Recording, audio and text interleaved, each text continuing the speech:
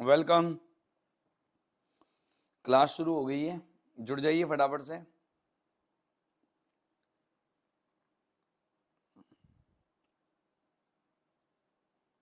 चलो हम क्लास को आगे बढ़ाते हैं।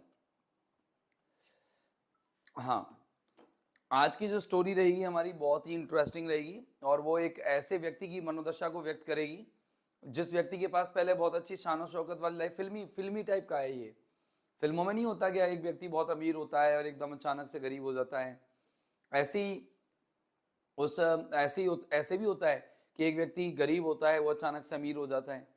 फिल्मों में ऐसी होता है ना, तो ये कहानी में भी कुछ ऐसी होता है और ये उस समय की एक कंडीशन को बताता है कि उस समय पर कुछ ऐसी कंडीशन चल रही थी जब बड़ी बड़ी कॉरपोरेट कंपनी जो हैं, बहुत कॉरपोरेट जो कमिटीज हैं, वो क्या हो रही थी, वो बर्बाद हो रही थी, बैंकरप्ट हो रही थी और वो लोगों का पैसा डुबो रही थी। पहले अपने राजस्थान में भी और इंडिया में भी एक ऐसा चला था कि जिसमें जैसे अभी कुछ साल पहले की बात है, ज़्यादा लंबे साल पहले की बात नहीं है, अगर आपने सुना हो सहारा बैंक। सहारा बैंक में कई सारे इन्वेस्टर्स ने इन्वेस्ट कर रखा था, वो सारा खत्म हो गया, पूरा सब बर्बाद हो गए। कई सारे लोग रोड पर आ गए, कई सारे लोगों ने तो अपनी जीवन की जमा पूंजी पूरी की पूरी उसमें डाल रखी थी। तो ऐसे ही कई उस समय कॉर्पोरेट जगत में ऐसा चल रहा था। आज भी जब हम निवेश करने की सोचते हैं, कई पैसे को इन्वेस्ट करने की सोचते हैं, तो हमें लगता है कि यार हम एक सही जगह चुने जहां पर हम अपना पैसा हमारा खराब ना हो, बर्बाद ना हो।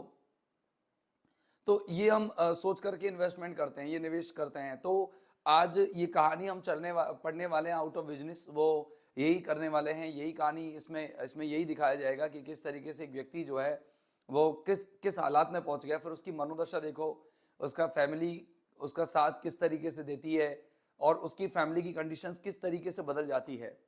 हाँ, तो मुझसे कोई क्वेश्चन पूछ रहा है, खुशबू मीना जी पूछ रहे हैं। मैं एक सेकंड के लिए आपसे टाइम चाहूंगा और मैं चाहूंगा कि इसको बड़ी स्क्रीन पर लगा दूं, मुझे कमेंट दिखाई नहीं दे रहे हैं।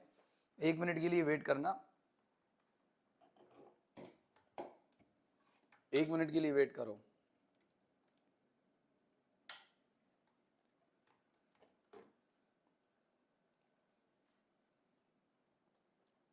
मुझे कमेंट दिखाई नहीं दे रहे थे। 1 मिनट, इसको शिफ्ट करता हूं एक स्क्रीन से दूसरी स्क्रीन तक,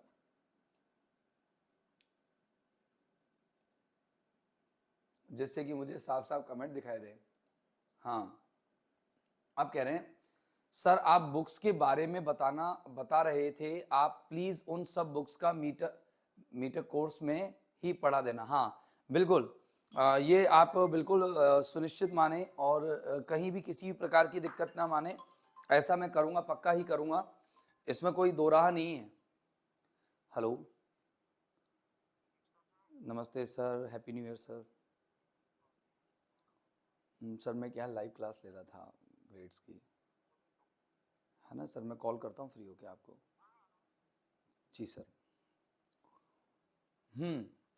ओके, तो लेट्स बिगिन, शुरू करते हैं। तो जो खुशबू ने कहा है, खुशबू के क्वेश्चन को बिल्कुल आप सभी रेज कर सकते थे, कोई दिक्कत नहीं है। और मैं बिल्कुल आपको ये तो कहने की जरूरत ही नहीं है, पूरा ऑथेंटिक सोर्स आप लोगों के पास रहेगा।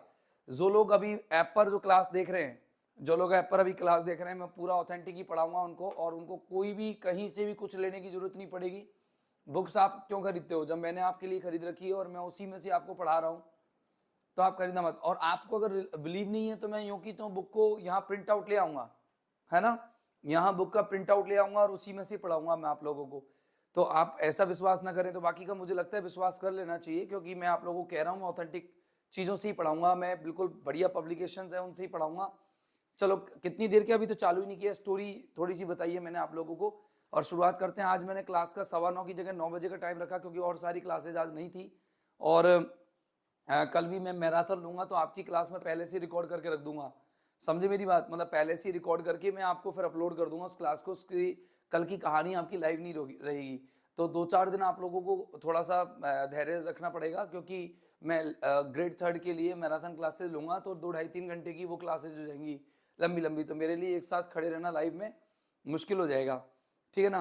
हाँ बिल्कुल खुशबू, थैंक यू वेरी मच। कह रहे हैं सर हम आप पर हमसे खुद से ज़्यादा ट्रस्ट करते हैं, बहुत बढ़िया। और आई होप सो, उम्मीद तो यही थी। सर न्यू कोर्स लिया है, ये क्लास डेली इसी टाइम होती है क्या? पूनम मेहर, बिल्कुल आपका वेलकम है हमारे परिवार में।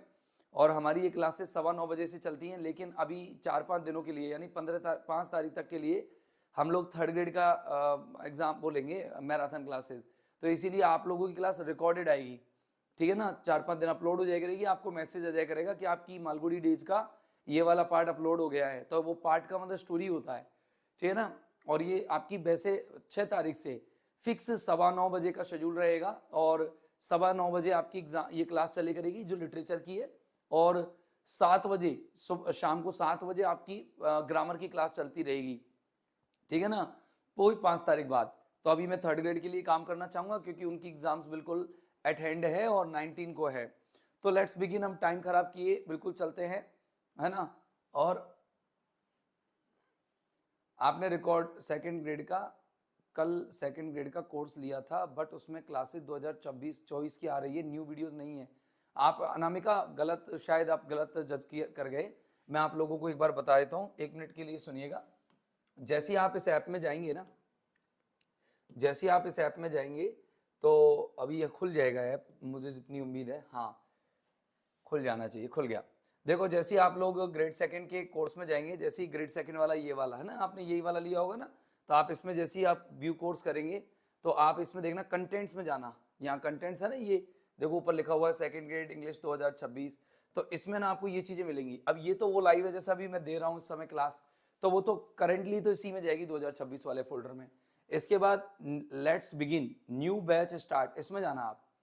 अब जैसे ही आप इसमें जाओगे तो आप लोगों को यहाँ पर ये सारे के सारे सेक्शंस मिलेंगे। ये ग्रामर एंड यूजेस का है, ये आपका लिटरेरी मुद्दे ग्रामर एंड यूजेस में जाओगे तो सारी वीडियोज आपको नई अपडेटेड मिलेंगी। पुराना तो वही वीडियो होगा, जैसे अपन ने कोई रिपीट नहीं किया चैप्टर, वैसे की वैसे डाल दिया, वो अलग बात है। नहीं तो अभी मैंने 2025 में ही कुछ बनाई है चीज़ें, लिटरेरी फॉर्म है, पूरा नया है, कंप्लीट मैंने नया दिया है इसमें बिल्कुल आपको फर्स्ट ग्रेड के लेवल पे ही दे रहा हूँ। और मैं आपसे जब क्लास मैंने चालू किया, कुछ एक ऐसे स्टूडेंट है क्या, आप बताना जो रेगुलर मेरे से जुड़े हुए हैं या जिन्होंने शुरुआत से डे 1 से ही मेरा कोर्स लिया हुआ है, कितने हैं?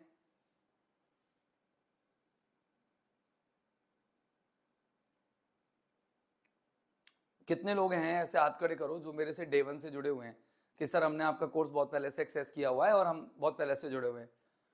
उनको अभी जो, हाँ, उत्कल रंजन साहू का जो, साहू साहब का जो चेयरमैन साहब का जो स्टेटमेंट आया है, उससे पहले मैं बहुत पहले से, है ना, बहुत पहले से,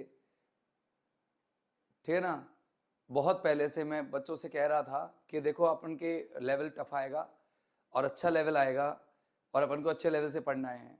अगर आप लोग मेरे से जुड़े हुए हैं, सर जी अक्टूबर से, मधु मीना जी अक्टूबर से जुड़ गए हैं, मैं हूँ, सुरेंद्र जी जुड़े हुए हैं, तो मैंने आपको ये बताया था कि लेवल अच्छा आएगा, आपको अच्छे लेवल से ही पढ़ना है और आपको कमज़ोर लेवल से बिल्कुल नहीं पढ़ना है, सारी चीज़ों को अच्छे लेवल से। अभी तो मैं स्टोरी पढ़ा रहा हूँ आपको मालगुड़ी की, और बाकी का फिर बाद में इसका एनालिसिस वाली वीडियो देखेंगे, मतलब पहले स्टोरी करेंगे कंप्लीट, फिर एनालिसिस करेंगे।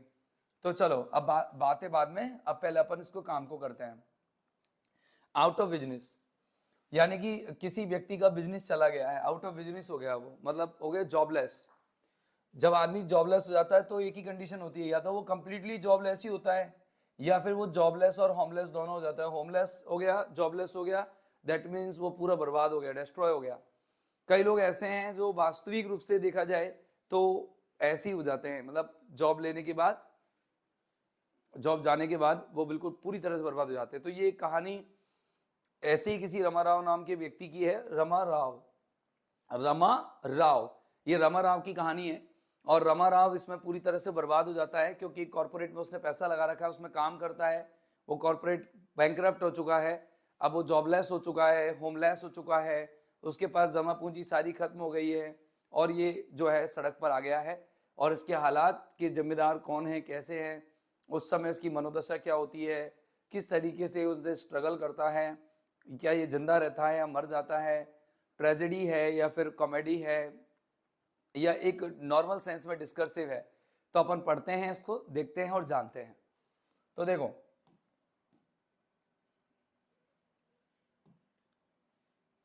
लिटिल ओवर, न के बराबर ज्यादा समय हुआ है, ईयर अगो, 1 साल पहले की बात है, ज्यादा समय नहीं हुआ, 1 साल से भी कम।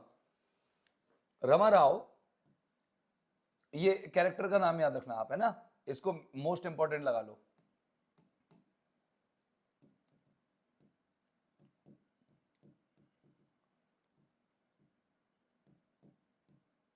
मोस्ट इंपोर्टेंट लगा लो। बेंट, गया, आउट ऑफ वर्क मतलब उसका काम छिन गया।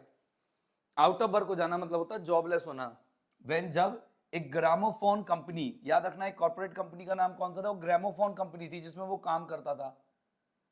तो अंडरलाइन कर लेना, ये ग्रामोफोन कंपनी में वो काम करता था। ऑफ विच जिसका he was of which he was the Malgudi agent, जिसका वो मालगुडी एजेंट था। मतलब जो कंपनी थी ना, कौन सी, ग्रामोफोन कंपनी, उसका वो मालगुडी एजेंट था। मतलब मालगुडी में जितना भी सामान उस ग्रामोफोन कंपनी से सप्लाई होता था, वो सारा सप्लाई कौन करता था, रमाराव करता था। अब देखो, बेंट आउट ऑफ एग्जिस्टेंस, वो अस्तित्व से बाहर चली गई। कहने का मतलब वो बर्बाद हो गई, डेस्ट्रॉयड हो गई। वो अब मतलब ये कह लो कि वो भाग गई, ऐसे कह दो। He had put into that agency the little money, उसने उस एजेंसी के अंदर थोड़ा सा पैसा निवेश कर रखा था। कुछ लोग ऐसे होते हैं ना कि जैसे जॉब लगती है, तो पहले के जमाने में भी ये चलता था कि आप जैसे जॉब के लिए कुछ पैसा देते हैं ना एडवांस में, कि आजकल तो क्या होता है, वो पैसा तो नहीं देते एम्प्लॉइज, आजकल चेक दे देते हैं। जैसे प्राइवेट जो कंपनी होती है ना, या प्राइवेट जो कॉर्पोरेट जगत होते हैं, या प्राइवेट लिमिटेड जो कोई भी होती है, उसमें क्या करते हैं, चेक दे देते हैं कि आप लोग हमारे काम कर रहे हैं, आप लोग हमें अचानक छोड़ के भागेंगे नहीं, इसके लिए हम श्योर कैसे होंगे, आप अपना चेक हमें दे दो एक। तो उन्हें चेक देना पड़ता है, ठीक है ना। तो आज के जमाने में तो चेक चल जाता है, पहले के टाइम में कैश ही देना पड़ता था कि ये कैश दे दो और जब जाके काम चलेगा। आगे देखना, the little money he had inherited, जितना भी उसे विरासत में मिला था, मतलब पापा से मिला था, वो कमाया हुआ पैसा नहीं था, वो गॉट फ्रॉम फादर, जो उसने अपने फादर से प्राप्त किया था। ओके, फ्रॉम हिज फादर, जो अपने पिताजी से प्राप्त किया था, उस पैसे को उसने ग्रामोफोन कंपनी में इन्वेस्ट कर दिया, या वो सिक्योरिटी के रूप में जमा करा दिया, एज सिक्योरिटी, है ना, सुरक्षा या पेशगी के रूप में उसने जमा करा दिया। फॉर 5 years, 5 साल तक, his business brought him enough money, 5 साल तक उसके व्यापार में उसको काफी पैसा मिला। अच्छा व्यक्ति था, बातूनी व्यक्ति था, तो इसीलिए व्यापार में उसको काफी पैसा मिला, जितना उसने इन्वेस्टमेंट कर रखा था उससे ज्यादा। तो देखो, जस्ट इनफ, इतना पर्याप्त था, टू हेल्प हिम कीप, कि वो अपनी वाइफ को और अपने बच्चों को इन गुड कंफर्ट, एक अच्छे सुविधा में रख सका। मतलब वो अपनी पत्नी और अपने बच्चों को एक अच्छी सुविधा में रख सका। ही बिल्ट अ स्मॉल बंगलो, उसने एक छोटा सा बंगलो बनाया। इन द एक्सटेंशन, एक्सटेंशन जगह का नाम है जो मालगुड़ी में है, मालगुड़ी में एक एक्सटेंशन जगह है, उस पर बनाया, जहां पर एक्सटेंशन रोड है, एक्सटेंशन लाइट्स हैं। And was thinking of buying, और वो कोशिश, मतलब एक बड़ी पोस्ट कॉलोनी है एक्सटेंशन, कोई स्मॉल कॉलोनी नहीं है, बहुत बड़ी पोस्ट कॉलोनी है। और was thinking of buying an old baby car for his use, और वो सोच ही रहा था कि अब वो एक पुरानी सी, एक छोटी सी गाड़ी खरीद लेगा अपने यूज के लिए। तो बेबी कार मतलब वो मिडिल क्लास से थोड़ा सा ऊपर उठ गया था, कहने का मतलब वो अच्छा सोच रहा था अपने बिजनेस को, उसका बिजनेस मतलब ठीक चल रहा था। जब कोई व्यक्ति 4 पहिया खरीदने की सोच ले, तो समझ लो वो प्रॉफिटेबल बिजनेस में है, ठीक है ना। अब आगे देखना, एंड वन डे, और एक दिन, it was a bolt from the blue, ये एक इडियम है, ए बोल्ट फ्रॉम द ब्लू, ये मुहावरे का जो अर्थ है वो है अनएक्सपेक्टेड इवेंट। एक दिन उसके जीवन में एक अप्रत्याशित घटना घटी, अनएक्सपेक्टेड इवेंट। सर अप्रत्याशित घटना क्यों कह रहे हो आप, क्योंकि उसे पता ही नहीं था कि कंपनी, जिस कंपनी में वो काम कर रहा है, वो कंपनी इस तरीके से घाटे में चली जाएगी और भाग जाएगी। द क्रैश केम, ये जो क्रैश है, क्रैश मानी होता है गिराव या एक तरह का ब्रेकडाउन, उसकी जीवन में आ गया। अब ये जो ब्रेकडाउन आया है वो किस तरीके से इफेक्ट डालेगा उसकी लाइफ पर, वो देखते हैं। अ सीरीज ऑफ सर्कमस्टांसेस, परिस्थितियों की एक श्रृंखला, कहते हैं ना जब अनहोनी होती है ना तो एक के बाद एक होने लग जाती है, और जब होनी होती है ना तो एक के बाद एक होने लग जाती है। कई व्यक्तियों के जीवन में आपने देखा होगा कि जब सिलेक्शन होना होता है तो एक बार हुआ फिर होने ही लग जाएगा, फिर तो इस परीक्षा में भी सिलेक्शन, फिर तो चारों उंगली घी में होती है या पांचों उंगली घी में होती है कि कौन सी उंगली को टेस्ट करे। ऐसे ही जब किसी की फेलियर्स पीछे पड़ जाती हैं तो वो इसमें भी फेल, उसमें भी फेल, इसमें भी फेल, उसमें मोहम्मद गोरी की तरह 17 बार फेल हो जाता है। आगे देखना कि उसके पास अब परिस्थितियों की जो श्रृंखला है वो घट गई। इन द वर्ल्ड, इस दुनिया में ऑफ ट्रेड, व्यापार की दुनिया में, कॉमर्स की दुनिया में, वाणिज्य की दुनिया में, banking and politics was responsible for it. और वो परिस्थितियों की जो श्रृंखला है, वो इस चीज की या इस परिस्थिति की श्रृंखला के लिए कौन जिम्मेदार है, क्या, world of trade, commerce, banking and politics, ठीक है ना। ये दुनिया, चारों दुनिया, ये देखो ये कटाक्ष है, इन चारों पॉइंट्स पर कटाक्ष है। उस जमाने में ये सटायर है एक तरह का, एक यो कह दो कि हिडन आयरनी, हिडन आयरनी। ये हिडन आयरनी क्यों कहते हैं, ये हिडन व्यंग क्यों कहा, इन्होंने एक समाज पर व्यंग किया। उस जमाने में क्या था कि जितने भी ट्रेड चलते थे वो अनसर्टेन ट्रेड थे। हर कोई व्यक्ति नया वो ट्रेड चालू कर रहा था और वो कितनी अनसर्टेनिटी तक था या कोई कितना लंबे समय तक चलेगा उसका क्लियर नहीं था। ऐसे ही अगर कॉमर्स की बात करें, वाणिज्य की बात करें, तो वो ट्रेड और कॉमर्स लगभग इस तरह का ही हो गया कि मार्केट में कई सारी चीज़ों की डील हुई। जैसे उस समय पर मालगुडी डेज में, जैसे आपको पता है कि वो खाद की बात आई थी, जो मैप्पी जंगलों में चला गया था खाद बेचने के लिए, फर्टिलाइजर्स के लिए। फिर फर्टिलाइजर की और भी एक दो जगह पर बातें आई, जिक्र आई। तो उस समय पर कॉमर्स जो है वो बहुत ज़्यादा चल रहा था, वाणिज्य बहुत ज़्यादा चल रहा था, और लोग क्या है ट्रस्ट बहुत कम कर रहे थे नई नई चीज़ों पर। तो देखो कंपनी, नई नई कंपनी खुल रही थी, है ना, जिनका प्रॉपर जो है कोई एक शेड्यूल नहीं था, प्रॉपर एक प्लानिंग नहीं थी, सिस्टम नहीं था। और पॉलिटिक्स, राजनीति और बैंकिंग, बैंकिंग मतलब पॉलिटिक्स की कंपनी जो बैंकिंग, याद करना, बैंकिंग जो है जमा घर होता है। और बैंकिंग में क्या होता है, पहले के टाइम में इतने लोग ट्रस्ट नहीं करते थे कि पैसा अगर बैंक में जमा करेंगे तो वो सेफ है कि अनसेफ है। और पॉलिटिक्स और राजनीति, राजनीति में भी कई व्यक्ति जो है वो अपना मतलब, राजनीति तो आज भी गंदा कचरा ही माना जाती है। आज अगर मान लो कोई राजनीति में घुसता है तो हम उससे कह देते भैया मत घुस, अगर तेरे जेब में इतने रुपए हैं तो राजनीति में भाग ले, क्योंकि बर्बाद ही होंगे, आबाद होने के चांसेस 0% होते हैं, या मात्र ये मान लो कि 0.01% होते हैं। ये इन सारी परिस्थितियों की जिम्मेदार होती है। The gramophone company which had it's factory, gramophone company जिसकी प्रोडक्शन करने वाली फैक्ट्री भी थी समवेयर इन नॉर्थ इंडिया, उत्तरी भारत में। कहाँ थी? उत्तरी भारत में थी, मतलब लगभग दिल्ली या फिर जम्मू या इधर आसपास होगी।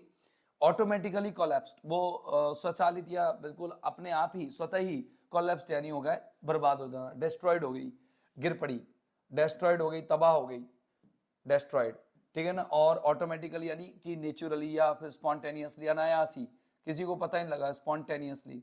अब ऐसे ही तो हुआ बैंकिंग सेक्टर में। देखो जब सारा बैंक में सब लोग पैसा दे रहे थे, एकदम खूब पैसा जमा हो रहा था, एजेंट्स इधर से उधर जा रहे थे, ठीक है ना, और बहुत इधर से उधर पैसे इकट्ठे कर रहे थे। कोई 1000 रुपये अपनी महीने की कमाई से, कोई 2000 रुपये, कोई 3000 रुपये, कोई 500 रुपये, कोई रोजाना के 50-50 रुपये दे करके बैंक को दे रहा था और अपनी सेफ्टी सिक्योर कर रहा था, अपने फ्यूचर को सिक्योर कर रहा था। उसी समय पर सहारा बैंक ने ऐसा किया, घोटाला हुआ, सुब्रत रॉय अगर नाम सुना हुआ आपने, तो ऐसी स्थिति वहां पर बन गई कि लोग मोहताज हो गए, अपने पेट काट काट के लोगों ने पैसा जमा कराया। तो इन चीज़ों पर बहुत ट्रस्ट कम रहता था लोगों का। When A bank in Lahore crashed, जब एक बैंक जो लाहौर में क्रैश हो गई। अब दरअसल बैंक से उस कंपनी का रिलेशन क्या था, which was itself the result of A Bombay financiers death. और ये बैंक का कारण क्या था, बैंक खत्म हुई तो कंपनी खत्म हो गई। और अभी मैं उसको चेन सिस्टम बताऊंगा आप लोगों को, कैसे चेन सिस्टम बना हुआ है। Which was itself the result of A Bombay financiers death. और ये रिजल्ट क्या हुआ, बैंक क्यों डिस्ट्रॉय हुई, क्योंकि बॉम्बे के एक फाइनेंसर थे, बड़े वाले फाइनेंसर, उनकी डेथ हो गई थी। अब जैसे कई लोग रिलायंस इंडस्ट्रीज पर बहुत सारी चीज़ें डिपेंडेंट है, मुकेश अंबानी पर बहुत सारी चीज़ें डिपेंडेंट है। अब मान लो मुकेश अंबानी किसी तरीके से, मैं कहना नहीं चाहूँगा मेरे मुंह से, अगर मान लो कोई अनहोनी उनके साथ हो जाए, भगवान ना करे ऐसा हो, क्योंकि जिस व्यक्ति ने हज़ारों लोगों को रोजगार दे रखा है, करोड़ हज़ारों लाखों ही मान लो, लाखों लोगों को रोजगार दे रखा है, मैं बिल्कुल भगवान से ये हाथ जोड़ कर विनती करूँगा कि ऐसे व्यक्ति को धरती पर हमेशा भेजे रखे, क्योंकि न जाने कितने लोगों के घर में चूल्हा जलने का कारण बनता है। अब देखना कि अगर मान लो किसी कारण से कोई अनहोनी हो जाती है तो कितने लोगों की परेशानियां बढ़ती हैं, न जाने कितनी चीज़ें उनके अनुदान पर चल रही है, न जाने कितनी चीज़ें उनके फाइनेंस पर चलती है, और वो सारी फाइनेंस तबाह हो जाएगा। टाटास पर कितनी सारी चीज़ें फाइनेंस थी, तो वो सारी चीज़ें तबाह हो जाती है। लेकिन अब टाटा ने तो क्या है, वो सारा हैंड ओवर कर दिया। मान लो सडनली कुछ हो जाए और उसके दिमाग में कुछ ऐसी चीज़ें हो जो किसी को बता नहीं रखी हो, तो बहुत परेशानी आ जाए। तो ऐसा कुछ हुआ। तो कहने का मतलब एक बॉम्बे का एक फाइनेंसियर था, और वो फाइनेंसियर क्या हो गया, उनकी डेथ हो गई थी, और उसकी डेथ की वजह से बैंक फ्लॉप, और बैंक लाहौर में थी, और लाहौर की बैंक में फ्लॉप होने से, और वो जो कंपनी है वो कौन सी, ग्रामोफोन कंपनी, वो भी फ्लॉप हो गई। The financier was driving downhill. अभी इसका रीजन क्या था कि फाइनेंसियर एक बार पहाड़ी से नीचे की तरफ डाउन क्या कर रहा था, ड्राइव कर रहा था।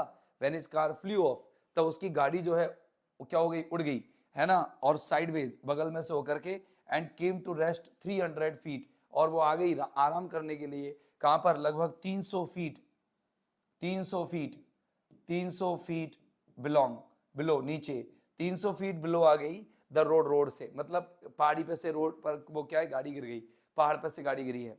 इट वॉज थॉट, ऐसा माना गया, that he had committed suicide, की शायद उसने आत्महत्या की है। Because the previous night his wife eloped with his cashier, क्योंकि उसे उसकी जो पत्नी है फाइनेंशियर की, उसकी पत्नी कैशियर के साथ भाग गई। अब देखो ये जो इलोप होता है, इलोप मतलब होता है प्रेमी के साथ भाग जाना, okay, run away with lover. अब ये जो उस जमाने में भी चलता था, अब उस जमाने की छोड़ो, आप तो एंड्रिया डेल सार्टो के टाइम की भी देख लो, नॉर्मल और एंड्रिया डेल सार्टो, यानी कि जब अपन बात करें रॉबर्ट ब्राउनिंग की, विक्टोरियन टाइम के एक पॉइंट की बात करें तो विक्टोरियन टाइम में भी ऐसे ही चल रहा था कि पत्नियां ज्यादा जो इलोप हो रही थी। और उस घटना को बताया गया है कि उस जमाने में कि पत्नियां जो है अपने पति पर ट्रस्ट ही नहीं करती थी, और पति जो है अपनी पत्नी पर बेहद ट्रस्ट करता था, और उस स्थिति में पत्नियां कितनी मिसट्रस्ट पैदा करने वाली हो गई, तो वो बताया गया है, यहाँ पर कटाक्ष किया गया है महिलाओं की कंडीशन पर।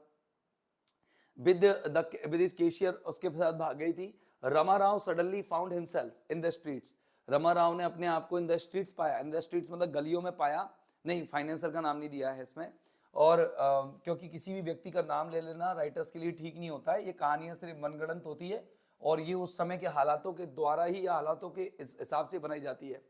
इन द स्ट्रीट्स का मतलब होता है बैंकरप्ट हो जाना, दिवालिया हो जाना, मतलब बर्बाद हो गया वो, है ना, कौन, रमा राव बैंकरप्ट हो गया। आगे देखना, एट फर्स्ट सबसे पहले तो ही कुड हार्डली अंडरस्टैंड, वो मुश्किल से ये समझ पा रहा था, और द फुल सिग्निफिकेंस पूर्ण महत्वता ऑफ दिस कोलैप्स, इस बर्बादी की वो समझ ही नहीं पा रहा था कि एकदम अचानक हुआ कैसे। There was a little money, वहां पर थोड़ा सा पैसा था इन द बैंक में, and he had some stock on hand, और उसके पास कुछ स्टॉक भी था, जो वो ग्रामोफोन का स्टॉक है ना, वो उसके पास भी था, जैसे वो बेचकर काम चला सकता था। But the stock moved out slowly, लेकिन जो स्टॉक था वो धीरे धीरे मूव आउट हो गया, मतलब वो बिक गया, स्टॉक उसका बिक गया था। अब जो भी स्टॉक उसके पास स्टॉक था वो बिक गया था। The prices were going down, अब उस स्टॉक की कीमत, क्योंकि जो कंपनी बर्बाद हो जाती है तो उससे सब चीजों पर प्रभाव पड़ता है, तो जो प्राइसेस हैं वो स्टॉक की नीचे जा रही थी। And he could hardly realise a few hundred rupees, और उसे मुश्किल से ये महसूस हो रहा था कि वो कुछ 100 रुपये, मतलब जो 500 1000 रुपये कमा सकता है। When he applied for the refund of this security, जब उसने कंपनी से रिप्लाई या कंपनी को एक लेटर भेजा कि भाई मैंने जो सिक्योरिटी अमाउंट तो मैं दिया था उसको रिफंड कर दो, तो there was hardly anyone at other end, लेकिन वहां पर कोई दूसरा ऐसा था ही नहीं टू रिसीव हिज एप्लीकेशन, जो उसकी एप्लीकेशन को रिसीव कर ले। ऐसे जनरल बिजलीज कॉरपोरेशन के बारे में बताया गया है, कोई फाइनली अपन नहीं कह सकते कि ऐसा कुछ होने वाला है। तो ये कोई कंपनी है पर्सनली, वो उन्होंने बस एक ग्रामोफोन कंपनी का नाम ले दिया, कंपनी का नाम नहीं लिया प्रॉपरली, किसी कंपनी का नाम नहीं लिया, और ना ही किसी बैंक का नाम लिया, है ना, बस एक जगह का एक एड्रेस का नाम जरूर लिया है। आगे देखना, द मनी, हाँ, the money in the bank was fast melting, और अब ये जो मनी थी, जो बैंक में पड़ा हुआ पैसा था, वो अब तेज तेज मेल्ट हो रहा था, मेल्ट मतलब स्पेंड हो रहा था, भाई समय रहते रहते वो भी तो खर्च होगा, ऐसा थोड़ी वो रखा रहेगा, वो स्पेंड हो रहा था, स्पेंड हो रहा था। अब देखना, रमा राव की पत्नी नाउ ट्राइड, कोशिश की, सम मेजर्स, कि वो कुछ पैमाने अपनाए या कुछ स्टेप्स ले, कुछ कदम ले, कदम, okay, steps of economy, steps of economy, economy मान होता है कम खर्ची ना, मितव्ययी बनना, कि उसने मितव्ययी बनने का सोचा कि यार मैं मितव्ययी बनूं क्योंकि बहुत पैसा खर्च हो गया। सी सेंट अवे, उसने भेज दिए द कुक, रसोईया, एंड द सर्वेंट, और नौकर को भी, इसका मतलब उनका घर ठाट वाट से रह रहे थे वो लोग, शान शौकत से रह रहे थे। और ये एक चीज सिखाती है कि आप है ना भविष्य के लिए कई सारी चुनौतियों के लिए तैयार रहो। ये हम लोगों को सिखाती है कहानी, जैसे आप हो या हम हैं, अगर हमारे पास पैसा आता है तो एकदम पैसा आता दिखता है ना हम सबको, तो हमें लगता है यहाँ भी खर्च कर दो वहां भी खर्च कर दो, जबकि पैसे को फ्यूचर की नीड के लिए रोक लेना चाहिए, क्योंकि कल क्या होगा किसी को पता नहीं। तो ये कहानी ये बताती है कि उसने क्या किया, रसोईया लगा रखा था, सर्वेंट लगा रखा, जब वो खुद बना सकते हैं तब भी आप लोगों को इस तरह के नौकर नहीं रखने चाहिए। विथड्रू द चिल्ड्रन, और उसने बच्चों को निकाल लिया, from A fashionable nursery school, और एक बहुत ही फैशनेबल नर्सरी स्कूल था नवीन शैली का उससे, and send them to a free primary school, और उन्होंने एक फ्री प्राइमरी स्कूल में अपने बच्चों को भेज दिया। एंड देन, और उसके बाद दे लेट आउट दियर बंगलो, उन्होंने बंगलो को भी किराए पे दे दिया। लेट आउट मानी होता है give the bungalow on rent, उन्होंने बंगलो को रेंट पर दे दिया, किराए पर दे दिया। And moved to a very small house, और एक वो छोटे से घर में निकल गए, बिहाइंड द मार्केट, जो मार्केट के जस्ट पीछे था। Rama Rao sent out a dozen applications, Rama Rao ने दर्जनों एप्लीकेशंस भेज दी, क्योंकि किसी व्यक्ति को संतुष्टि नहीं मिलती है। अगर आपका पैसा बहुत बर्बाद हो गया हो तो अपन एकदम, जैसे मानो कहीं पर हमने 1,000 रुपये कहीं पर लगा दी और वो गए, सामने वाला खा गया, तो हम कहीं ना कहीं उसकी कंप्लेंट करेंगे 1,000 रुपये के खिलाफ भी। तो उसका तो पूरा जमा पूंजी जो उसके पिताजी से मिली थी उसको सारी लगा रखी थी उसने वहां पर। एंड वोर his feet out looking for employment, and वोर इज फीट आउट, और वो कई चक्कर लगा चुका था क्या करने के लिए, रोजगार ढूंढने के लिए, ठीक है ना। फॉर अ मैन अप्रोचिंग 40, एक ऐसा आदमी जो 40 के लगभग पहुंच चुका है, मतलब अर्ली 40 में था वो, शायद अर्ली 40 में था, यहाँ पर 40 के लगभग की अवस्था में चल रहा है वो, अर्ली 40 में था वो। एक आदमी जो अर्ली 40 में है, लुकिंग फॉर एम्प्लॉयमेंट, जो रोजगार ढूंढ रहा है, does not come very easily, ये बहुत आसानी से मिलने वाला नहीं है। स्पेशली व्हेन, विशेष रूप से जब, he has just lost an independent lucrative business, जब वो एक ऐसा बिजनेस खो बैठा है जो इंडिपेंडेंट था, एक मिनट, स्वतंत्र था, निर्भर नहीं था, वो सामान लाता और मार्केट में सेल करता, एजेंट था वो। तो एक तो स्वतंत्र बिजनेस था, अब वो नौकरी करेगा तो बहुत आसानी से नहीं होने वाली थी। ल्यूक्रेटिव यानी कि प्रॉफिटेबल। अब इसका रीजन क्या रहा होगा, सुनो, ये दोनों वर्ड देने के बाद इसका रीजन क्या रहा होगा। ये रीजन रहा होगा कि जो रमाराव थे उसने अब तक कैसा बिजनेस किया था, इंडिपेंडेंट और प्रॉफिटेबल, किसमें, उस कंपनी में रह करके। अब वो किया था, तो अब जिस व्यक्ति को इंडिपेंडेंट, अब जैसे मान लो मुझे टीचिंग की आदत पड़ गई और कोई मुझे जाकर के कंप्यूटर ऑपरेटिंग पर बैठा देगा कि तू यहाँ बैठ, तो मैं एक बार के लिए तो सोचूंगा और कहूंगा कि नहीं यार, मैं इससे बेटर कोई जॉब देखना चाहूंगा, नहीं मिलेगा तो ये आखिरी है ही। तो मैं उस जॉब को ठुकरा गया ना एक तरह से। ऐसे ही वो ल्यूक्रेटिव बिजनेस यानी कि प्रॉफिटेबल बिजनेस और एक बहुत ही इंडिपेंडेंट बिजनेस ढूंढ रहा था। अब ये एक 40 की उम्र में चल रही व्यक्ति के लिए असंभव है इस तरह का बिजनेस ढूंढना। Ramarao was very businesslike in stating his request. Ramarao एक थोड़ा सा बिजनेस के एटीट्यूड को रखता था, व्यापारिक एटीट्यूड रखता था। जब भी वो अपने स्टेट करता था, कहता था अपने रिक्वेस्ट के बारे में, यानी जब भी वो जॉब के लिए रिक्वेस्ट करता था तो उसका एटीट्यूड एज ए बिजनेसमैन था। मतलब ऐसे नहीं था एज एन एम्प्लॉय हो। तो ये लोग देखो देखते हैं, मान लो अगर मेरे पास कोई व्यक्ति आएगा कि मैं मान लो एक मतलब एक कंपनी चलाता हूँ, मानो मैं एक कंपनी चलाता हूँ और मेरी कंपनी जो है वो शूज बनाती है, और मैं उस कंपनी में जो मतलब एक मैनेजर हूँ, जो मैं एम्प्लॉय अटेंड करता हूँ या मैं एम्प्लॉयज़ को वहाँ पर हायर करता हूँ। अब मान लो मैं एचआर हूँ, तो अब मैं जब देखूंगा यार ये बंदा क्या चाहता है, वो कहेगा देखो वैसे तो मैंने आज तक ऐसी शू मेकिंग कंपनी में काम किया नहीं, मैंने तो आज तक हमेशा डिलीवरी का काम किया है, लेकिन मैं मैन्युफैक्चरिंग का काम देख लूंगा, एक बार कर लूंगा, देखो सीख लूंगा, बाकी का मैंने ऐसा काम किया नहीं है। अब मुझे कितना टाइम आना पड़ेगा जरा बताइएगा उधर से। अरे सर मैं वहाँ तो देखो अपनी चॉइस से आता था, और अब आप 10 बजे बुलाओगे मुझे, मैं 10 से 5 मतलब बंद गया, 10 से 5 ही आऊँगा, मतलब इससे बाद नहीं, इससे पहले नहीं। तो अब वो आदमी क्या हो जाता है, थोड़ा सा वो इरिटेट हो जाता है कि यार ये बंदे को जॉब की जरूरत ही नहीं है। तो ऐसा वो ल्यूक्रेटिव बिजनेस और वो जो इंडिपेंडेंट बिजनेस उसको नहीं मिल पाया, और उसकी जो रिक्वेस्ट थी ना, जो भी वो करता था उसमें थोड़ा बिजनेस लाइक बिहेवियर दिखता था। ही सेंट हिज कार्ड, उसने अपना कार्ड भेजा इन अंदर एंड आस्क, और पूछता था, जैसे कार्ड भेज के एजेंट नहीं करता, ये कार्ड दे देना मेरा, अगर उनको सामान की जरूरत होगी तो बाहर मैं मिल जाऊंगा। एंड आस्क, और पूछता था, आई वंडर, मुझे आश्चर्य है कि मुझे आश्चर्य है sir, if you could do something for me, कि क्या आप मेरे लिए कुछ कर सकते हो। आई वंडर, मुझे आश्चर्य है कि कुछ कर सकते हो। My business is all gone, मेरा सारा बिजनेस चला गया, through no fault of my own, मेरी कोई गलती नहीं थी इसमें। I shall be very grateful, मैं बहुत आभारी रहूंगा, if you can give me something to do, अगर तुम मुझे कुछ करने के लिए दोगे इन योर ऑफिस, तुम्हारे ऑफिस में। तो what a pity Ramarao, I am awfully sorry. तो क्या क्या मिलता, कितना बेकार विषय है, कि दुख की बात है। व्हाट अ पिटी मतलब दुख की बात है, it's a matter of sadness, it is a matter of sadness, दुख की बात है, बहुत दुख की बात है। कौन कहता था, जिससे भी वो जॉब मांगता था वो कहता था रमाराव आई एम, हाँ, आई एम ऑफुली सॉरी, मुझे बहुत भयंकर दुख है, बहुत भयानक दुख है। There is nothing at present, लेकिन वर्तमान में हमारे पास ऐसा कोई जॉब है नहीं। If there is an opportunity, अगर कोई अपॉर्चुनिटी आएगी तो I will certainly remember you, तो फिर मैं तुम्हें जरूर याद रखूंगा। It was the same story everywhere, हर जगह वही कहानी रिपीट होती थी।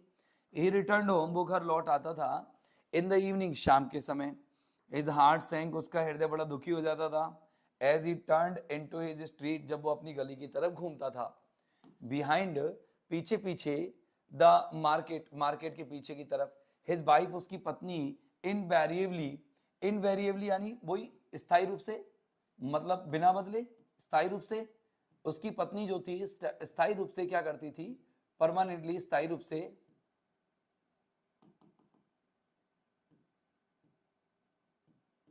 उसकी पत्नी स्थायी रूप से क्या करती थी, स्टैंडिंग खड़ी रहती थी दरवाजे पर, with the children behind her, उसके पीछे बच्चे खड़े रहते थे, ऐसे ऐसे पत्नी खड़ी रहती थी, बहुत पुराना सा मकान ले लिया था उन्होंने, लुकिंग डाउन द स्ट्रीट, और गली की तरफ देखती रहती थी, what anxious eager faces they had, और सो मच ऑफ ट्रेमलिंग, फिर वो सोचता था मनी मन कि देखो कितनी चिंतित आंखें हैं उसकी, मतलब अपनी पत्नी की और बच्चों की, ईगर फेसेस कितने उत्सुक है, चिंतित इसलिए कि भाई आएंगे कि नहीं आएंगे शाम को, और उत्सुक इसलिए कि कोई नई खबर सुनाएंगे, दे हैड उनके चेहरे थे, सो इसीलिए much of trembling, hesitating hop in their faces, और इसीलिए बहुत ज्यादा दुख, ट्रेम्बल यानी दुख, कप मतलब दुख से कपकपाहट, कपकपाहट, कपकपाहट, इसीलिए उनके जो शरीर में दुख से कपकपाहट रहती थी, एंड हेजिटेटिंग और हिचकिचाते रहते थे, हिचकिचाहट, हिचकिचाहट, होप यानी उम्मीद के साथ उनके चेहरे पर, they seemed always to hope, वो ऐसा लगते थे हमेशा उम्मीद करते हैं, that he would come back home with some magic fulfilment, कि वो कोई जादुई पूर्ति के साथ वहां वापस आएगा, जादुई पूर्ति के साथ आएगा, एज ही रिमेंबर्ड, जैसा कि उसे याद है, द फ्यूटाइल वे, वही बेकार सा तरीका, यूजलेस तरीका, इन विच जिसमें, जबकि उसे याद रहता था वो यूजलेस तरीका जिसमें ही सर्च फॉर ए जॉब, जिसमें वो जॉब की तलाश करता था, and the finality with which people dismissed him, और वो फाइनलिटी, वह उसको अंतिमता भी याद आई जिसके माध्यम से लोग उसे डिसमिस कर देते थे, ही विश्ड, वो चाहता था, दैट कि his wife and children had let trust in him, कि उसकी पत्नी और उसके बच्चों को उसके ऊपर कम विश्वास करना चाहिए, क्योंकि ट्रस्ट करना इंसान को दुख देता है, और उसके ऊपर ट्रस्ट करना, जब वो कहता है कि मेरी लाइफ में मेरे लिए अनसर्टेनिटी है, तो फिर बड़ा मुश्किल हो जाता है, तो कहते हैं ना कि जब किसी पर आप विश्वास करते हो तो आप को कई बार क्या हो जाता है, जब आप ट्रस्ट करते हो तो वो ट्रस्ट अगर आप सामने वाला रख नहीं पाता तो फिर हमें बहुत दुख भी होता है, तो वही वाली बात है, his wife looked at his face, उसकी पत्नी उसके चेहरे पर देखती थी, अंडरस्टूड समझ जाती थी, अनटर्न्ड और घूम जाती थी, विदाउट अटरिंग बिना कोई शब्द बोले अंदर की तरफ, the children took the Q, बच्चों को भी एक क्यू मिल जाता था, क्यू मतलब एक साइन मिल जाता था, इंडिकेशन मिल जाता था, बच्चों को भी संकेत मिल जाता था कि मम्मी घूमगी, इसका मतलब मामला भी गंभीर है, एंड फाइल्ड इन साइलेंटली, और फाइल इन मतलब होता है एंटर, और घुस जाते थे चुपचाप, मतलब कोई कुछ कहता नहीं था, मतलब चुपचाप घुस जाते थे, फाइल्ड इन मानी एंटर, वो एंटर कर जाते थे silently, Rama Rao try to improve matters, Rama Rao जो है वो मामलों को इम्प्रूव करने की कोशिश कर रहा था, विद ए फोर्स्ड हार्टीनेस, मतलब अपने मन पर पत्थर रख करके दिल बोझिल हो गया था उसका, वेल वेल ठीक है ठीक है, how are we all today, और वो थोड़ा सा परिवर्तित करता और कहता अरे आज कैसे हैं हम लोग, to which he received mumbling, जिसके लिए वो मम्बलिंग यानी बड़बड़ाहट प्राप्त करता था, बड़बड़ाहट मतलब उसको बदले में बड़बड़ाहट मिलती, और वो फीवल थी, कमजोर थी, ओके, एंड रेस्पॉन्सेज मिल जाते फ्रॉम हिज वाइफ, अपनी पत्नी से, एंड चिल्ड्रन बच्चों से, हाँ ठीक है पापा, हाँ ठीक है जी, बिल्कुल ठीक है, ऐसे, तो मतलब प्रॉपर एक कॉन्फिडेंट जवाब नहीं मिल पाते, रीजन इसका क्या है, रीजन इसका यह है कि मेरे भाई उसकी जो पत्नी थी और उसके जो बच्चे थे वो हमेशा एक उम्मीद में रहते थे कि उनके पिताजी खुशी खुशी आएंगे, कुछ लेके आएंगे, जॉब की न्यूज़ लेके आएंगे, लेकिन वो हमेशा एम्प्टी हैंडेड लौटता था, इसलिए वो दुखी होते थे। सागर हैप्पी न्यू ईयर, सागर ने हैप्पी न्यू ईयर बोला, भैया आप सभी को भी हैप्पी न्यू ईयर, अनिल ने भी हैप्पी न्यू ईयर बोला, न्यू ईयर न्यू ईयर, और ये जो नया वर्ष है आप लोगों की लाइफ में एक बहुत बढ़िया उम्दा चेंज लेकर के आए, जैसा आप चाहते हैं वैसा आपको कुछ मिले, बढ़िया, बस मेहनत से, बिल्कुल तहे दिल से तैयारी करोगे तो बढ़िया होगी, और ऐसे ही काम चलाओगे यार, कर रहे हैं यार, बड़ी दिक्कत आ रही है सर, क्या आरपीएससी ने भी क्या कर दिया, बिल्कुल बढ़िया किया है मेरे भाई, जो पढ़ेगा सो ही बढ़ेगा, अब ऑथेंटिक सोर्सेज पढ़ने वाला ही बढ़ेगा, और ये ध्यान रखना। तो आपका तो एक बढ़िया रहा ना यार, आप लोगों के अब क्राउड हट गया, आलतू फालतू लोगों का जो क्राउड आता था ना वो हट गया, अब बिल्कुल प्योर लोगों का क्राउड आएगा, और वही हम लोग चाहते थे कि हमारे जो दिमाग से वो फालतू लोगों का क्राउड हटे और बिल्कुल बढ़िया तरीके का क्राउड चले, मतलब ऐसा जहां पर कंपटीशन बढ़िया हो, मजेदार कंपटीशन हो। चलो तो अब शुरू करते हैं, इसको तो चार्जिंग पे लगा देता हूँ। हाँ, अब आगे देखना सर।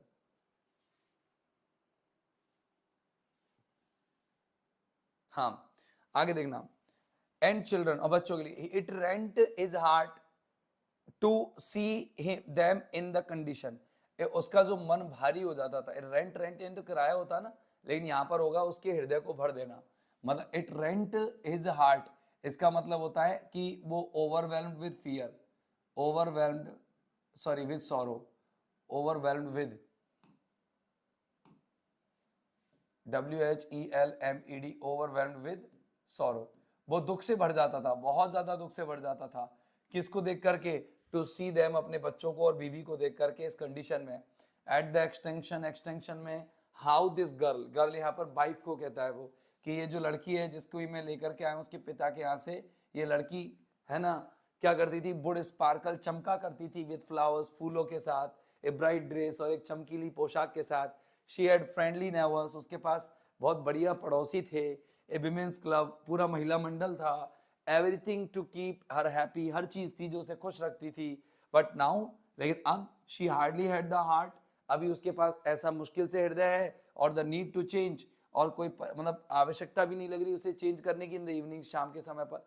मतलब वो कपड़ा भी एक ही है और उसके पास वही दुखी सा हृदय। अब कोई हृदय में उल्लास नहीं है, कोई दोस्त नहीं है, शाम के समय पर वो कपड़े भी चेंज नहीं कर सकती, सेम कपड़े रहती है। For she spent all a time, क्योंकि वो अपना पूरा समय निकालती है cooked up in the kitchen. Cooked up यानी होता है क्या? संभालने में, किचन को संभालने में। कभी जो भी मिल जाता है उससे वो अपने बच्चों को खाना खिलाती है और संभालती है।